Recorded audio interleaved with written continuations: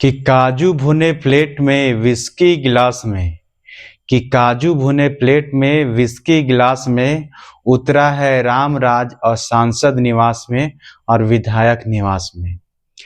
आप देखेंगे आसपास, जैसे ही सांसद कोई बनता है, जैसे ही विधायक बनता है, तो वो धीरे धीरे धीरे धीरे अमीर होते जाता है, क्योंकि उनको फिक्स सैलरी मिला हुआ है। संविधान में प्रावधान किया गया है कि इतना सैलरी मिलेगा।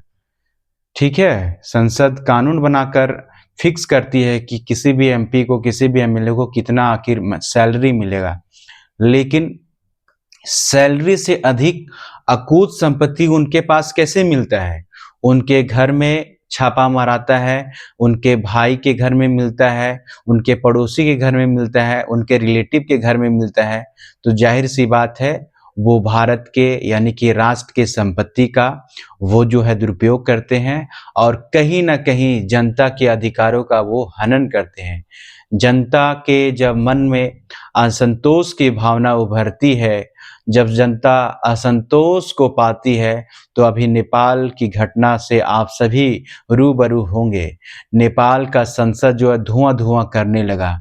दरअसल जनरेशन ज़ेड जो है, वहाँ पे डिजिटल मीडिया और एप्लीकेशन को, कई ऐप को जब बंद करने की घोषणा की वहाँ की सरकार ने, तो वहाँ के जनरेशन ज़ेड ने विरोध प्रदर्शन किया, प्रोटेस्ट किया। लेकिन ये प्रोटेस्ट क्यों किया? दरअसल हुआ क्या कि जितने भी सांसद थे, जितने भी विधायक थे, उनके बेटी और बेटे बिना कुछ किए हुए लग्जरी लाइफ जी रहे थे, ऐशो आराम की ज़िंदगी जी रहे थे और आम जनता त्राहिमाम कर रहे थे। तो सोचिए, आम जनता त्राहिमाम करे, एक तरफ तुमको काजू और किशमिश मिले और एक तरफ उसको खाने का अनाज ना मिले, भरपेट भोजन ना मिले, उनके अधिकारों का हनन किया जा रहा है, तो समानता का अधिकार है कहाँ?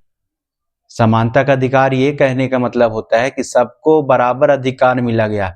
आर्टिकल 16 जो है बोलता है समान नियोजन का अधिकार। समान नियोजन का अधिकार मिलेगा कहाँ? उसका बेटा फॉरेन से पढ़ेगा, इंग्लिश में पढ़ेगा और गाँव का बच्चा जो है सरकारी स्कूल में भी अच्छा शिक्षा नहीं मिलेगा और समानता का अधिकार दे दिया है, समान नियोजन का अधिकार, तो कहीं फाइट ही नहीं कर पाएगा।